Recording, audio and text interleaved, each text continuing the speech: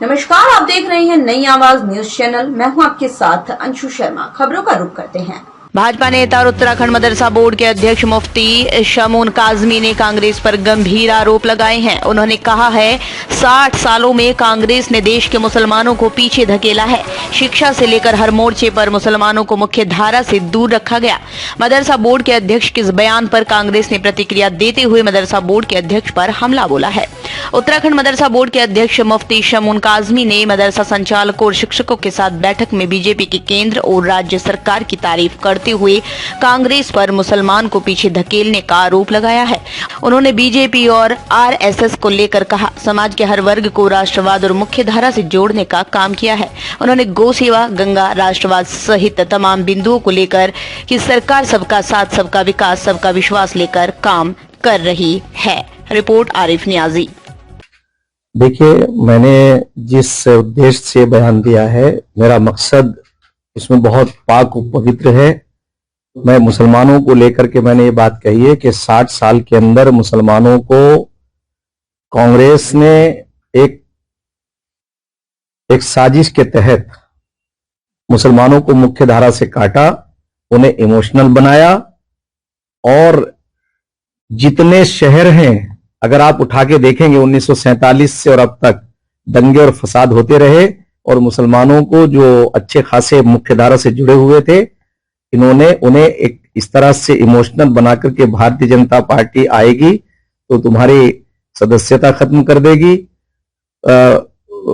RSS तुम्हें 2 number का शहरी बना देगी। तो मेरा सवाल यह है, ये कांग्रेस ने 60 साल के कार्यकाल के अंदर किया है।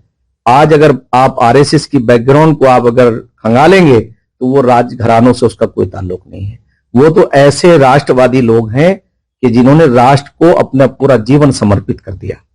जो पेड़ पौधों की रक्षा करते हों, गौ माता की हिफाजत के लिए काम करते हों, गंगा की पवित्रता के लिए काम करते हों, मैं समझता हूं हमारा उत्तराखंड राज्य इन 3 धरोहरों को अपने अंदर समेटे हुए है, हिमालय, गाय और गंगा।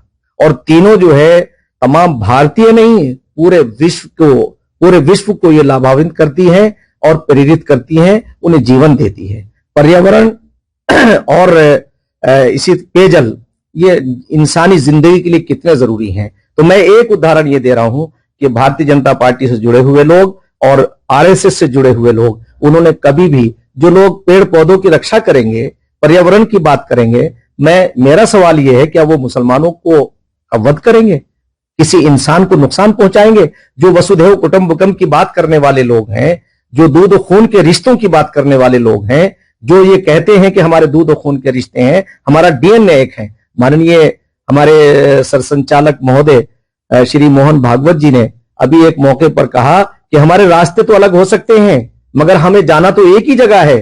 तो मैं इस मौके पर एक बात कहना चाहता हूं कि हजरत मोहम्मद साहब ने खुद ये कहा, जो आज मोहन भागवत जी ने एक बात कही कि भाई स्वर्ग में सब जाएंगे। कोई जो है, जैसे इन लोगों ने ये इमोशनल कार्ड खेले हैं लोगों ने कि ये काफिर है, ये फला है, ये फला है, उन्होंने सीधा हजरत मोहम्मद साहब ने कहा, मन क़ाला ला इलाहा इल्लल्लाह फदखलल जन्नह। जिसने ईश्वर को जो ईश्वर को एक मानता है और उस ईश्वर को एक मानने वाले ही तो हैं हम, सब ईश्वरवादी तो हैं हम वामपंथी नहीं है। और पूरी आरएसएस और भारतीय जनता पार्टी आशावादी है, ईश्वरवादी है। वो वामपंथ से और कम्युनिज्म से हमारा कोई ताल्लुक नहीं है। मैं समझता हूं कि इस्लाम का और मुसलमानों का इमोशनलिज्म किया गया, उन्हें जो है इस तरह से इस्तेमाल किया गया कि वोट बैंक की तरह। तो मैंने इसलिए कहा कि आज के प्रधानमंत्री श्री नरेंद्र मोदी जी सबका साथ, सबका विकास, सबका विश्वास और सबके प्रयास की बात करते हैं। आज के हमारे उत्तराखंड राज्य के मुख्यमंत्री श्री पुष्कर सिंह धामी जी, उन्होंने एक ऐसी मिसाल कायम कर दी कि उत्तराखंड के अंदर जो टनल के अंदर हमारे मजदूर फंसे हुए थे, उन्हें जीवन दे करके पूरी दुनिया के अंदर, जब पूरी दुनिया बूढ़ों को, बच्चों को मार रही है, जंग हो रही है, इजराइल जो है फलस्तीनियों से लड़ रहा है, इसी तरह से यूक्रेन से जो है वो रशिया लड़ रहा है, सारी दुनिया में जंगे हैं। आज हमारा देश वसुधैव कुटुंबकम की बात करता है, जिसे हम अल खल्क व अयालुल्लाह कहते हैं। हमने मदरसों के लोगों को कल बुलाकर के संचालकों से ये कहा कि हमें सारे ऐसी तमाम गतिविधियों से दूर रहना है जिससे हमारा राष्ट्र कमजोर हो। हमें ऐसे सारे काम करने हैं कि जिससे हमारा राष्ट्र मजबूत हो, स्वस्थ हो। जैसे हमने राष्ट्रीय कार्यक्रम जो टीकाकरण अभियान है, इसमें हमने अपने सारे मदरसों को लगाया है। माननीय स्वामी चिदानंद जी सरस्वती वो हमारे और हमारे स्वामी रामदेव जी,